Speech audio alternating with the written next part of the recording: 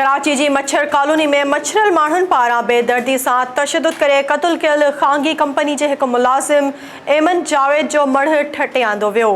SS news जे reporter Tanveer ख़ासखेली मूजिबि ख़ांगी telecom company में मुलाज़मत कंदड़ ठटे वासी नौजवान एमन जावेद जो मढ़ ठटे मुंतक़िल करण बाद तदफ़ीन वारियूं रस्मूं अदा कयूं वयूं।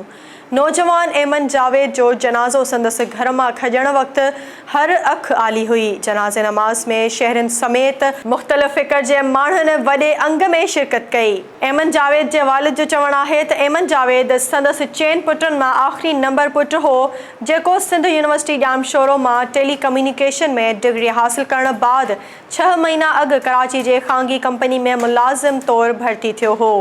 मक़तूल नौजवान जे भाइरनि अदील, फैसल ऐं मोहसिन चयो त संदनि भाउ खे बेदर्दी सां क़त्ल करे हुननि सां नाहक़ कयो वियो। जवाबदारनि खे इबरतनाक सज़ा ॾेई इंसाफ़ कयो वञे।